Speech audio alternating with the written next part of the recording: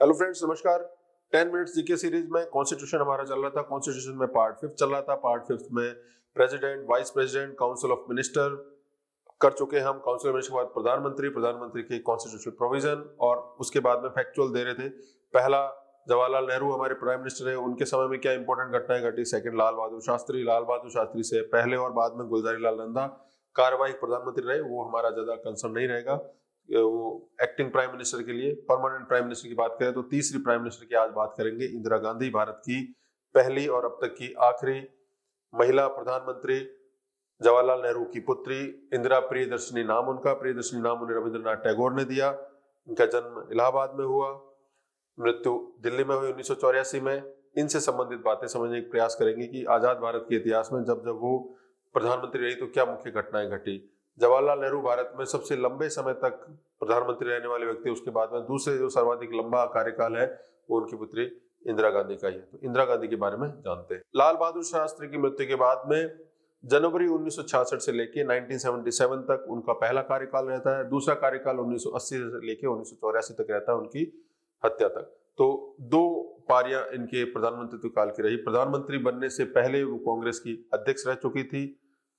लाल बहादुर शास्त्री की सरकार में वो इंफॉर्मेशन ब्रॉडकास्टिंग मिनिस्टर के रूप में कार्य कर चुकी थी। प्रधानमंत्री रहने के अलावा उन्होंने अन्य कई पदों पर भी कार्य किया, जैसे विदेश मंत्री भी रहे वो। विदेश मंत्री के अलावा रक्षा मंत्रालय, वित्त मंत्रालय, गृह मंत्रालय और सूचना व प्रसारण मंत्रालय भी इनके अधीन रह चुके हैं। इन जगह पर उन्होंने कैबिनेट मंत्री के रूप में काम किया। प्रथम बार जब प्रधानमंत्री बनती है तो राज्यसभा के द्वारा चुनी जाती है। तो राज्यसभा से आने वाली पहली प्रधानमंत्री अगर देखा जाए तो वो इंदिरा गांधी। इंदिरा गांधी की शिक्षा दीक्षा शांति निकेतन में हुई और ऑक्सफोर्ड यूनिवर्सिटी में आई। दोनों जगह उनको अपरिहार्य कारणों से अपनी पढ़ाई बीच में छोड़नी पड़ी। 1966 में प्रधानमंत्री पद पर आने के पश्चात वो सबसे बड़ी चुनौती इंदिरा गांधी के सामने थी, वो 1967 के इलेक्शंस थे।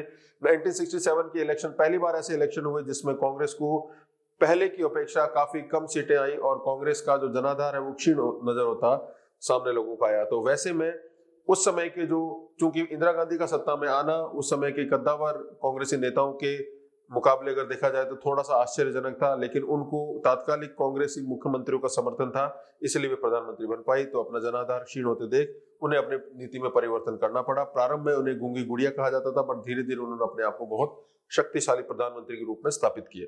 चूंकि 1966 में जब वो प्रधानमंत्री बनी तो राज्यसभा से आई थी। 1967 का इलेक्शन उन्होंने रायबरेली की सीट से लड़ा और वहां से वो विजित हुई। 67 में उन्होंने राष्ट्रपति के चुनावों के समय, जब राष्ट्रपति के चुनाव चल रहे थे, उस समय उन्होंने कांग्रेस के उम्मीदवार नीलम संजीवा रेड्डी की बजाय जो वीवी गिरी का समर्थन किया। इससे कांग्रेस में आपसी जो है कलह सामने नजर आती। 1966 और 1967 में इलेक्शन के दौरान जब वो प्रधानमंत्री रही तो उन्होंने विदेश नीति में भी अपना काम करना स्टार्ट किया। उन्होंने अमेरिका की यात्रा की, रूस की यात्रा की। यही वो समय है जब देश की गृह राजनीति में जो क्षेत्रीय दल थे वो प्रबल होते जा रहे थे, खास करके डीएमके।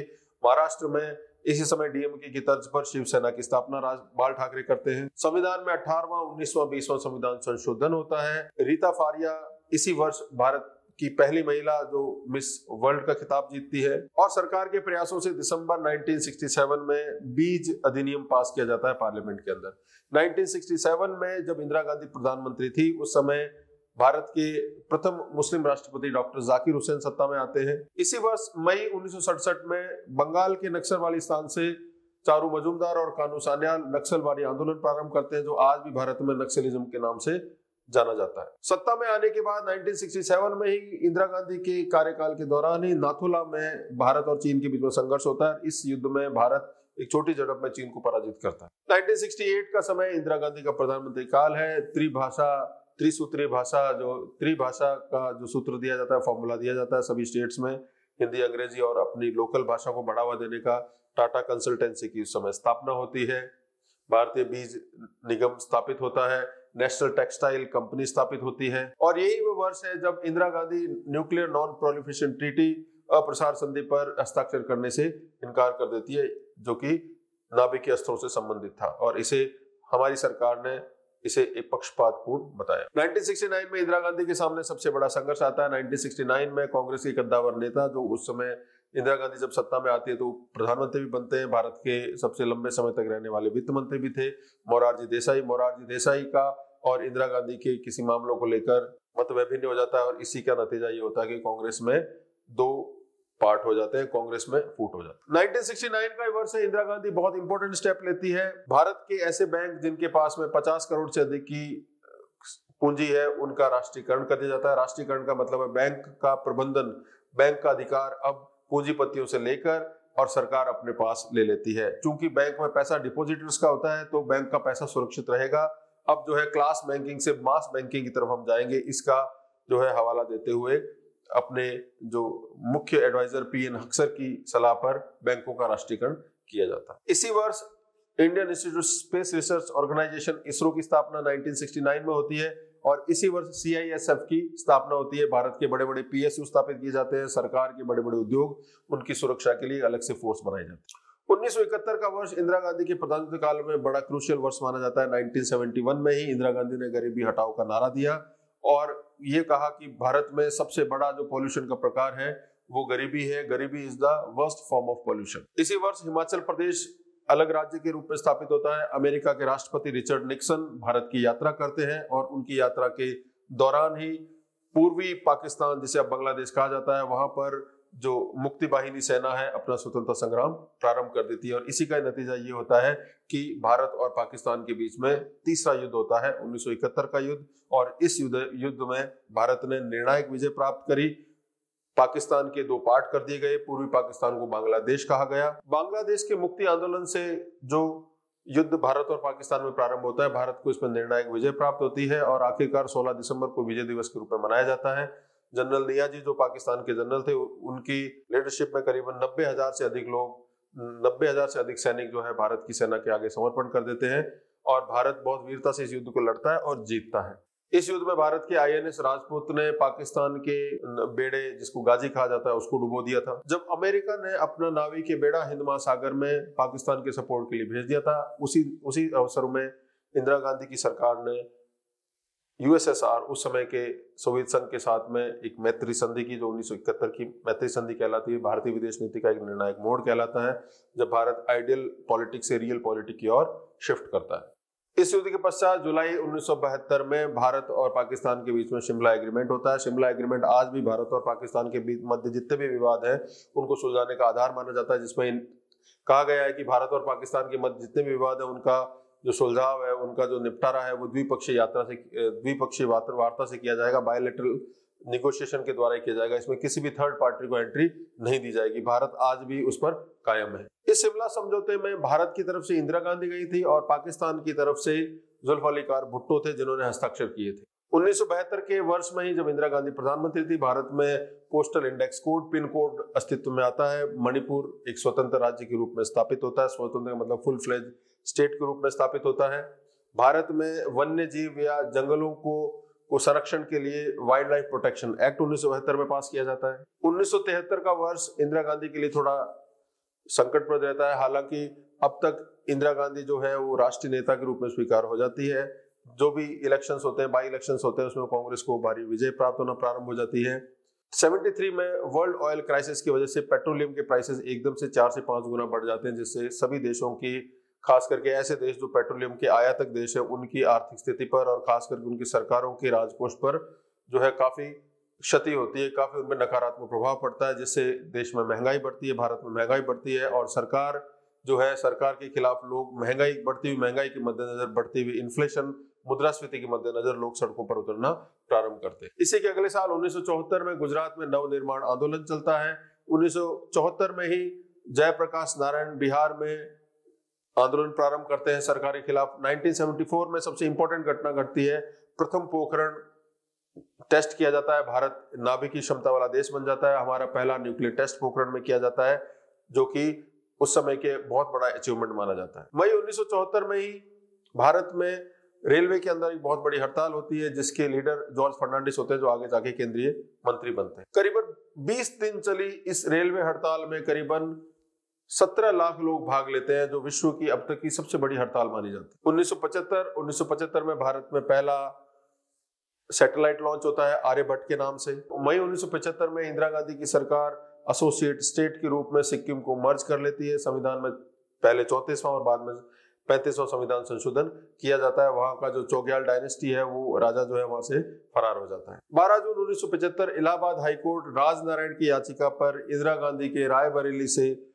लोकसभा चुनाव जीतने को इल्लीगल घोषित कर देते हैं और इसी से देश में एक तरह से उथल पुथल मच जाती है। और इसी के मद्देनजर 25 जून 1975 को स्टेट इमरजेंसी या राज्य केंद्र सरकार द्वारा घोषित की गई इमरजेंसी लागू हो जाती है। फखरुद्दीन अली अहमद सरकार की सलाह पर इमरजेंसी आंतरिक आपातकाल घोषित करते हैं, जो आज तक पहली बार हुआ। इस आपातकाल के दौरान ही 1976 में नेशनल फैमिली प्लानिंग प्रोग्राम प्रारंभ किया जाता है, परिवार नियोजन कार्यक्रम प्रारंभ किया जाता है, जिसमें जबरन कई लोगों की वेस्काटोमी भी की जाती है। 18 जनवरी 1977 को इंदिरा गांधी रेडियो पर इलेक्शन आयोजन करवाने की घोषणा करती है। मार्च में इलेक्शन होते हैं, रिजल्ट आते हैं और पहली बार भारत में नॉन कांग्रेसी सरकार अस्तित्व में आती है। जनता पार्टी अपने सहयोगी दलों के साथ में सत्ता में आती है। मोरारजी देसाई भारत के प्रधानमंत्री बनते हैं और मार्च में ही जो इमरजेंसी चल रही थी आपातकाल के आधार पर उसे हटा दिया जाता है।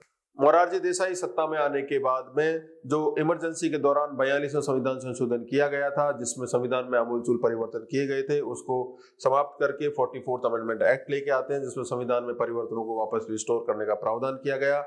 आपातकाल से संबंधित कई लंबे चौड़े प्रावधान किए गए। सरकार बहुत ज्यादा निरंकुशता से काम नहीं कर सके, इसलिए चेक एंड बैलेंस की जो है वो नीति अपनाई गई। आर्थिक नीतियों में भी मोरारजी सरकार ने काफी परिवर्तन किए। पंचवर्षीय योजनाओं में रोलिंग प्लान उन्होंने प्रारंभ किया। डीमोनेटाइजेशन का काम मोरारजी देसाई सरकार के समय में हुआ 1978 में। लोकसभा के नियम कायदों का उल्लंघन के मामले में दिसंबर 1978 में इंदिरा गांधी गिरफ्तार होती है। इसी दौरान जनवरी 1979 में दूसरा पिछड़ा आयोग कमीशन का गठन किया जाता है। बीसी मंडल उसके अध्यक्ष बने जाते हैं, इसे मंडल कमीशन कहा जाता है। 1977 में जो इलेक्शन हुए उसमें इंदिरा गांधी रायबरेली की सीट से तो हार जाती है, लेकिन चिकमंगलुरु सीट से विजयी होती है। 1977 से लेकर 1980 का जो काल है, जिसमें मोरारजी देसाई प्रधानमंत्री रहते हैं, बाद में कुछ समय के लिए चौधरी चरण सिंह रहते हैं, बाद में सरकार गिर जाती है। 1980 में पुनः इलेक्शन किया जाता है और इस इलेक्शन में मेंढक कॉन्स्टिट्यूशन से इंदिरा गांधी जीतती है और पुनः सत्ता में आ जाती है। वर्ष 80 में ही, जून 1980 में ही इंदिरा गांधी के छोटे पुत्र संजय गांधी की हवाई दुर्घटना में मृत्यु हो जाती है। उन्हीं की याद में इंदिरा गांधी मारुति उद्योग प्रारंभ करती है, जिसमें जापान की कंपनी सुजुकी के साथ भारत में अपनी डोमेस्टिक कार मैन्युफैक्चरिंग कंपनी स्थापित की जाती है। 1981 में नेशनल एल्यूमिनियम कंपनी अस्तित्व में आती है। इन्फोसिस नाम की इंफॉर्मेशन एंड टेलीकम्युनिकेशन नाम की कंपनी स्टैब्लिश होती है। 1982 इंदिरा गांधी के लिए बड़ा जो संघर्ष वाला वर्ष माना जाता है। 1982 में ही खालिस्तानी आंदोलन प्रारंभ हो जाता है और उसी को दबाने में इंदिरा गांधी जो मूवमेंट स्टार्ट करती है, उसका नाम था ऑपरेशन ब्लू स्टार। एक पृथक सिख राज्य की मांग जर्नैल सिंह भिंडरावाले के नेतृत्व में की जाती है और सिख आतंकवाद प्रारंभ होता है। आनंदपुर साहिब और बड़े बड़े जो मुख्य धार्मिक केंद्र हैं वो इसके केंद्र बनते हैं। आखिरकार स्वर्ण मंदिर में जब वो छुपते हैं तो उनके खिलाफ में सेना जो है कार्रवाई करती है, सो ऑपरेशन ब्लू स्टार माना जाता है, जिसमें स्वर्ण मंदिर काफी क्षतिग्रस्त भी होता है, लेकिन भिंडरावाले मारे जाते हैं। ये 1982 का ऑपरेशन ब्लू स्टार है, जिसका खामियाजा आखिरकार 1984 में जाके इंदिरा गांधी को जो है भुगतना पड़ता है। 1982 में ही भारत में national bank for agriculture and rural development की स्थापना होती है। 1982 में इनसेट 1A लॉन्च किया जाता है, जो भारत का पहला कम्युनिकेशन सैटेलाइट था। इसी ऑपरेशन ब्लू स्टार के चलते 1984 में उन्हीं के इंदिरा गांधी के अंगरक्षक सिख अंगरक्षक बेअंत सिंह इत्यादि जो है इंदिरा गांधी की हत्या कर देते हैं। तो इंदिरा गांधी के काल की मुख्य घटनाएं हमने कोशिश की समझने की। इनके समय की विदेश नीति को समझना भी आवश्यक है। विदेश नीति में इंदिरा गांधी ने उस समय की जो बड़ी शक्तियां जो थी, ये जो समय था ये शीत युद्ध का समय था, एक तरफ यूएसएसआर था, एक तरफ यूएस था, तो दोनों के साथ संबंध स्थापित करने के प्रयास किए। लेकिन 1971 के युद्ध में जिस तरह से यूएसएसआर भारत का साथ देता है, तो भारत का झुकाव थोड़ा सा जो है यूएसएसआर की तरफ देखने को, सोवियत संघ की तरफ देखने को मिलता है। और इसी के मद्देनजर संविधान में 42nd अमेंडमेंट एक्ट के माध्यम से सेक्युलर एंड सोशलिस्ट वर्ड जो है वो उसमें इंसर्ट किए जाते हैं। इंदिरा गांधी ने मिडिल ईस्ट के प्रति भी प्रो अरब की नीति अपनाई। ये पहली प्रधानमंत्री थी जिन्होंने साउथ ईस्ट एशिया के महत्व को भी समझा, क्योंकि उस समय तक आसियान अस्तित्व में आ चुका था। उन्हीं के प्रयासों से भारत जो 1985 के अंदर सार्क अस्तित्व आता है, मूल रूप से इंदिरा गांधी के प्रयासों का नतीजा था, जो उनकी मृत्यु के 1 साल बाद में स्थापित होता है। इंदिरा गांधी के काल में 1971 में जो रूस के साथ जो मैत्री संधि की जाती है, भारत सोवियत मैत्री संधि, ये भारत की विदेश नीति का एक बहुत बड़ा मील का पत्थर माना जाता है। पाकिस्तान के रिश्तों की अगर बात करें तो पाकिस्तान के रिश्तों में खास बात यह है कि भारत ने पाकिस्तान को 1971 के युद्ध में निर्णायक मात दी और भारत ने इसकी लेवरेज शिमला एग्रीमेंट के अंदर ली। 1984 में ऑपरेशन मेघदूत के माध्यम से भारत ने सियाचिन पर भी अपना जो है मुकम्मल स्थान बनाया। तो ये वो समय था जिस समय भारत की विदेश नीति में पाकिस्तान को कहीं भी उठने का मौका नहीं दिया गया। आर्थिक मोर्चे पे देखा जाए तो इंदिरा गांधी के समय में ग्रीन रेवोल्यूशन के रिजल्ट मिलने स्टार्ट हो जाते हैं, भारत फूड में सफिशिएंट हो जाता है, भारत खाद्यान्नों में अपने आप को स्वायत्त राज्य के रूप में स्थापित करता है, पंचवर्षीय योजनाएं अगेन सक्सेसफुल होना स्टार्ट हो जाती है।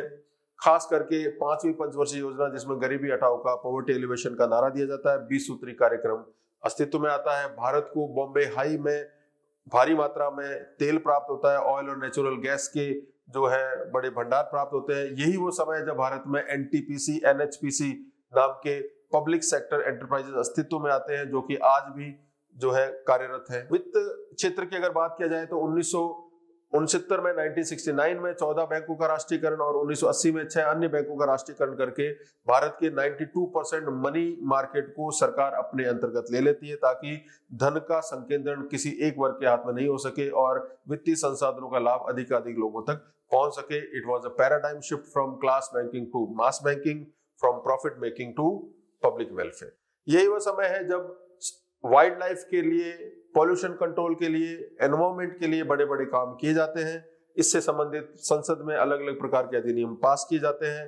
भारत स्टॉकहोम के सम्मेलन में भाग लेता है, प्रतिवर्ष 5 जून को पर्यावरण दिवस मनाया जाएगा, इसकी हामी भरी जाती है। यही वो काल है जब ऑपरेशन टाइगर प्रारंभ होता है, यही वो काल है जब wild life protection conservation act पास होता है। तो ये वो इंपॉर्टेंट घटनाएं थी जो इंदिरा गांधी के प्रधानमंत्री काल में भारत में घटी। आज के लिए शुक्रिया।